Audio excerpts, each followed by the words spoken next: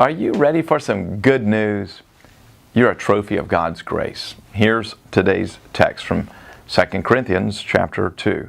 But thanks be to God, who in Christ always leads us in triumphal procession, and through us spreads the fragrance of the knowledge of Him everywhere.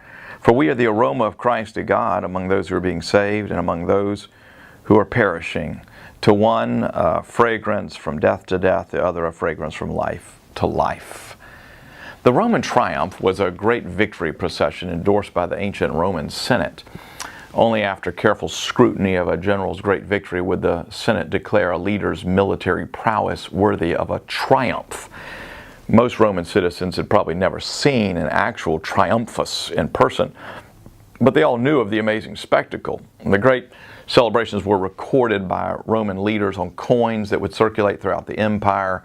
Images of the Roman triumph were displayed in art and literature. If you lived in the Roman Empire, you were familiar with a Roman triumph.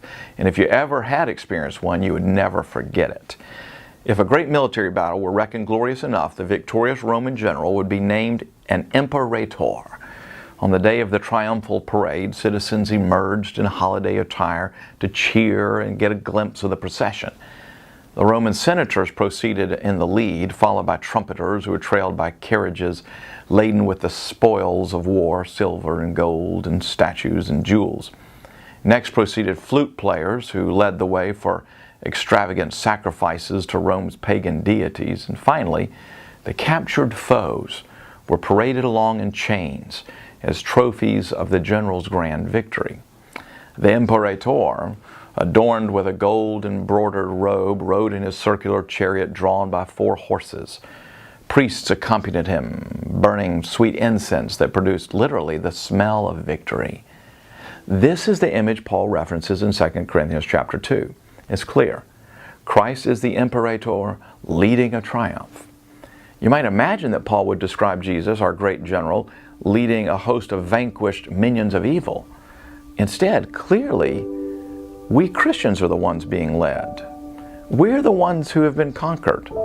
We are the trophies of God's grace.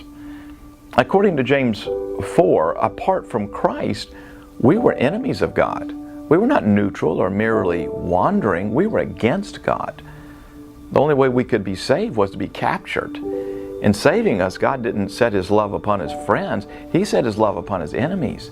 And that love conquered our sin and stubbornness.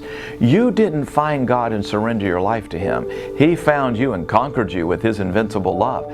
That's why you are a trophy of His grace. And that's the gospel. Well, that's today's daily devotional. And if you want to learn more about being a trophy of His grace, go get the whole message. It's free at sharingthelight.org.